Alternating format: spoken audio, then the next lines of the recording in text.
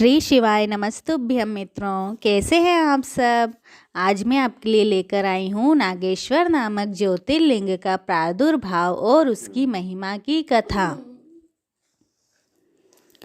आशा करती हूँ आपको ये कथा पसंद आएगी और प्लीज़ आप मेरे चैनल को लाइक एंड सब्सक्राइब ज़रूर करें। कथा इस प्रकार है।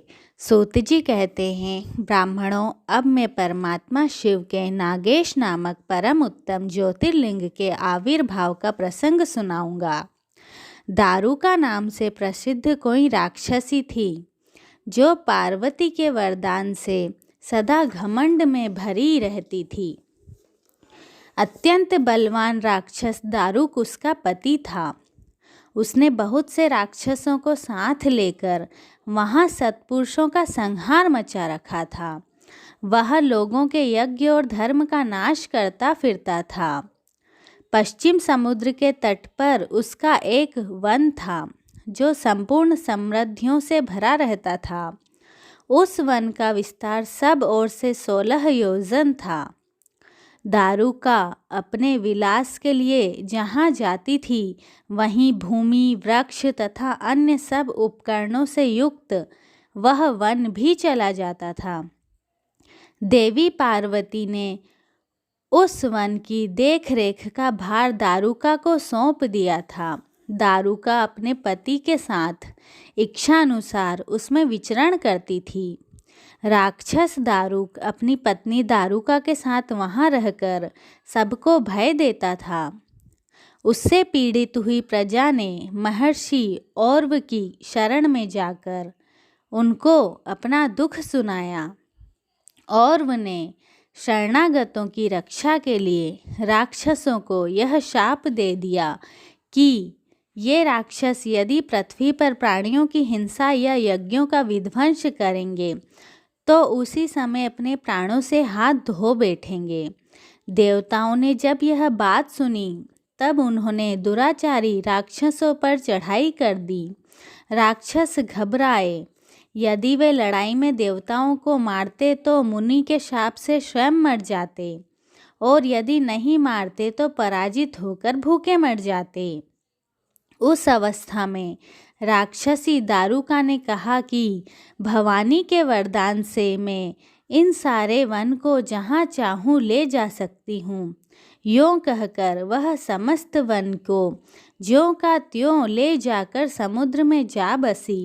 राक्षस लोग पृथ्वी पर न रहकर जल में निर्भय रहने लगे और वहाँ प्राणियों को पीड़ा देने लगे। एक बार बहुत सी नावें इधर आ निकली जो मनुष्यों से भरी थी। राक्षसों ने उनमें बैठे हुए सब लोगों को पकड़ लिया और बेड़ियों से बांधकर कारागार में डाल दिया। वे उन्हें बारंबार धमकियां देने लगे। उनमें सुप्रिय नाम से एक प्रसिद्ध एक वैश्य था जो उस दल का सरदार था।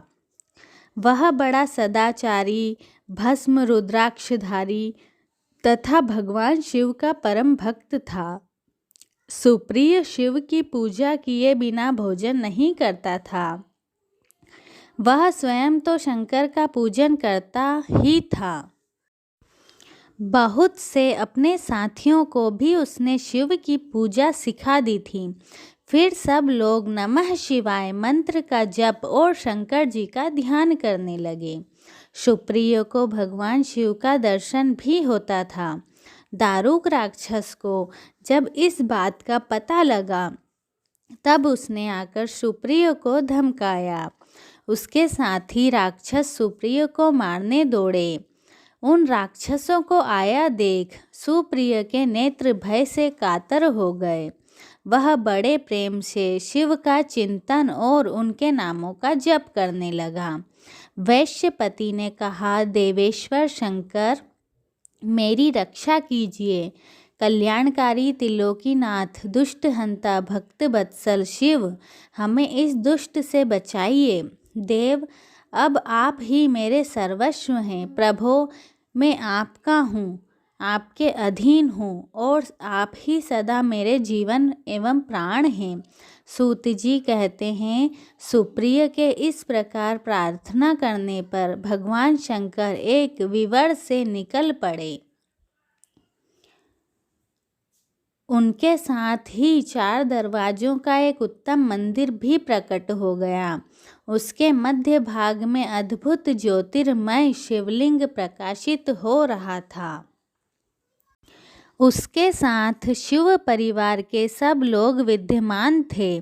सुप्रिय ने उनका दर्शन करके पूजन किया। पूजित होने पर भगवान शंभु ने प्रसन्न हो स्वयं पतास्त्र लेकर प्रधान राक्षसों, उनके सारे उपकरणों तथा सेवकों को भी तत्काल ही नष्ट कर दिया और उन दुष्ट हंता शंकर ने अपने भक्त सुप्रिय की रक्षा की।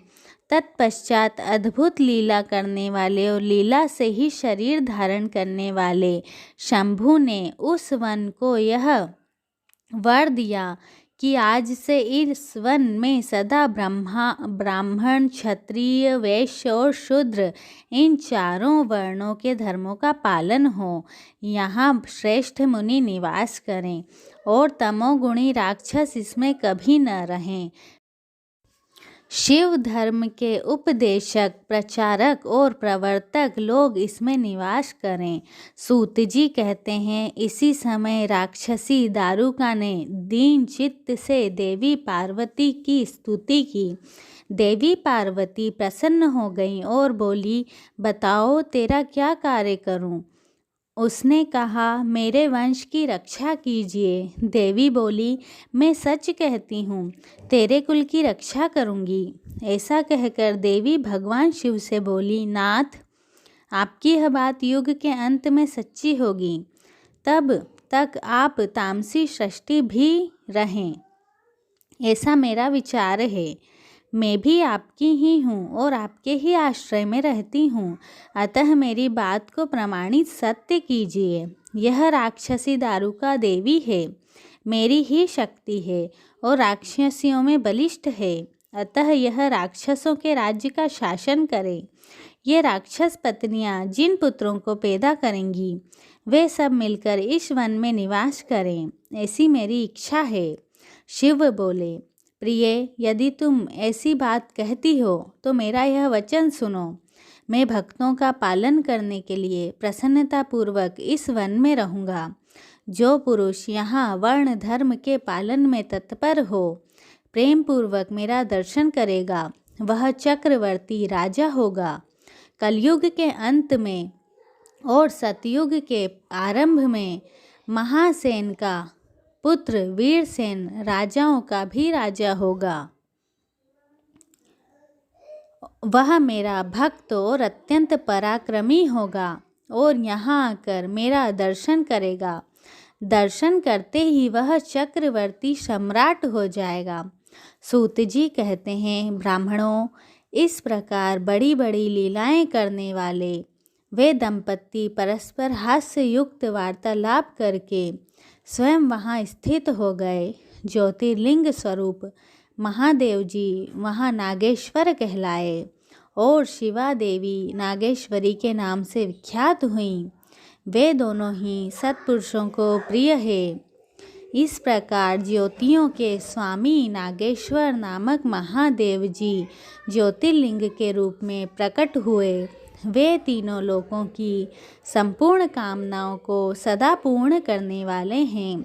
जो प्रतिदिन आदरपूर्वक नागेश्वर के प्रादुर्भाव का यह प्रसंग सुनता है, वह बुद्धिमान मानव महापातकों का नाश करने वाला संपूर्ण मनोरथों को प्राप्त कर लेता है।